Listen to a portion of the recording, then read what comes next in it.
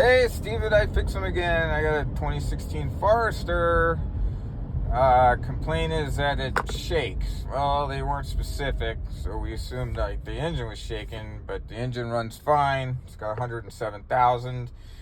But test driving it, I kind of got a little, area where I accelerated hard up to about 45, 50 miles an hour, and all of a sudden I started getting some pretty good shuddering. Let's see if we can hear it.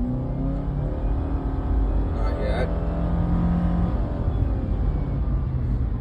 I started to feel it in the wheel, so it feels like a shuddering kind of a shake under my feet, like under the brake pedals, right on the floorboard. So what happens is, plus it gets bump induced. You can be doing like 50 and accelerating slightly and hit a bump, and all of a sudden you get this freaking shuddering. And it's a it's a good shuddering, and it's not in the engine. It's in. So at first driving it, I thought maybe it was a wheel bearing or an axle shaft. That's what it really felt like, was a bad axle shaft. I'm gonna try and see if I can make it do it, so you might be able to hear it, because I'm gonna rack it and I'm gonna show it. The problem is the lower control arm bushings are wasted, and so they're moving under load, causing the axles to shake. Let's see. I'm floored. Let's see. It didn't do it that time. So that's another problem when you got intermittents.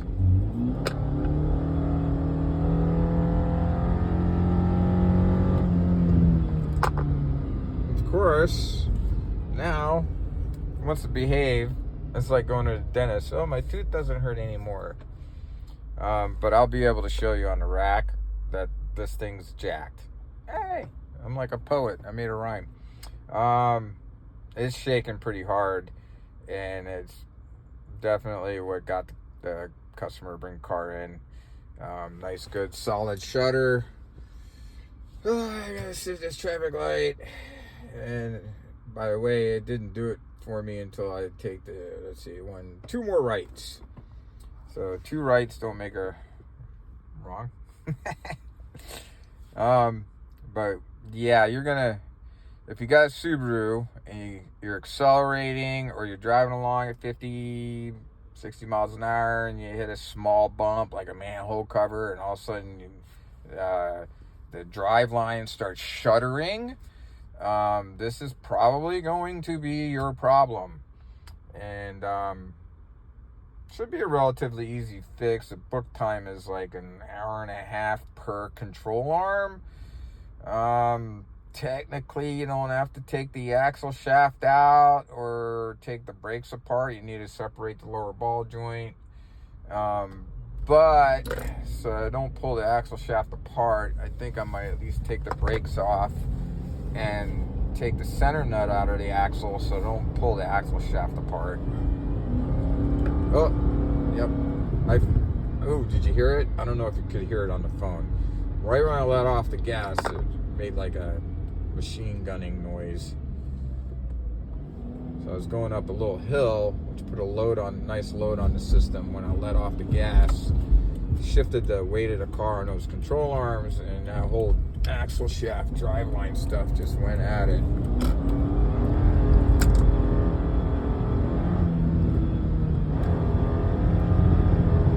Oh yeah. Oh yeah. Oof. Sounds horrible. I don't know if you can hear it. I'm hoping you were able to hear all that thumping noise that was going on in that. So let me rack it real quick.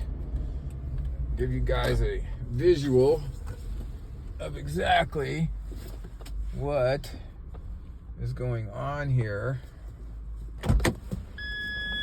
Okay.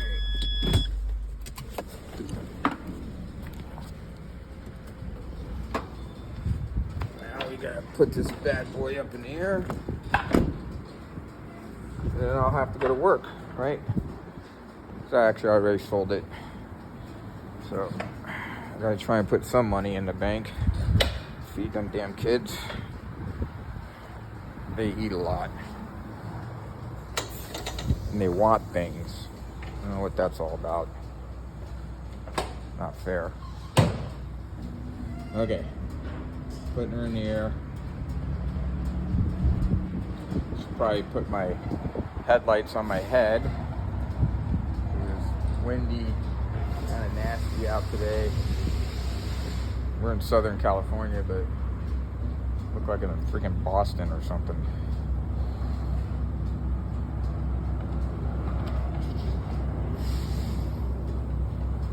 Alrighty. Car's pretty much in the air.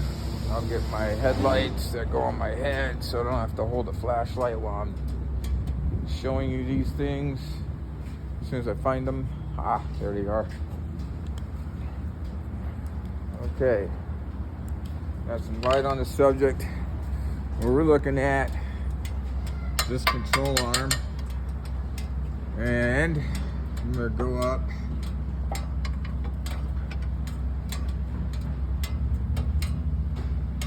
See, the whole wheel's moving because that control arm's moving.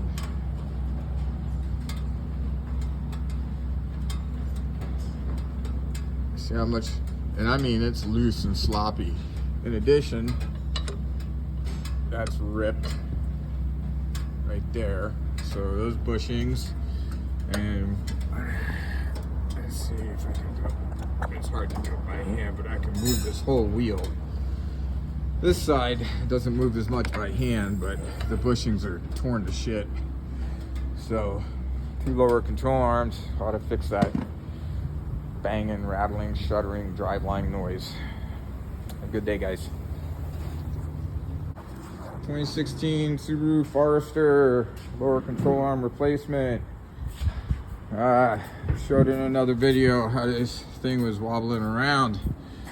Removal and replacement is pretty simple. First thing I did was I popped the tie rod loose, 17mm bolt. Second thing, 14mm, I popped this pinch bolt from the ball joint loose. And then a 17mm bolt from the sway bar link, popped that loose.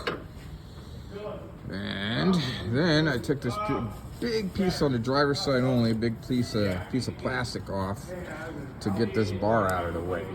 Okay, this piece of plastic has 1, 2, 3, 4, 5 12mm bolts and 2 plastic push pins. And when you're putting it back up, you hang it from this top. Once that's out of the way, you can get the 2 17mm bolts on this rod out of the way.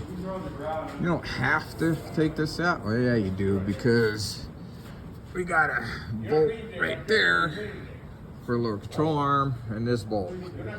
Once those are all loose, these are 17s by the way, take this bracket down.